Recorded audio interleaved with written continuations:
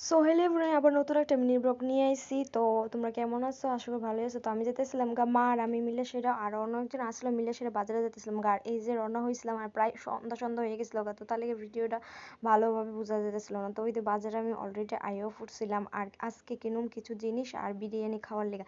তো আমি যেহেতু মাংস টাংস খাই না, তো মা এখান থেকে কিছু বাজার টাজার লইতেছিল আর এখানে টমিও আমরা লগে লগে আই ফুটছে। তো তারপর এখানে আমি এই ফুটছে আরেকটা দোকানে, আমিও কিছু জিনিস লওয়ার লেগে আমার নিজের লেগা।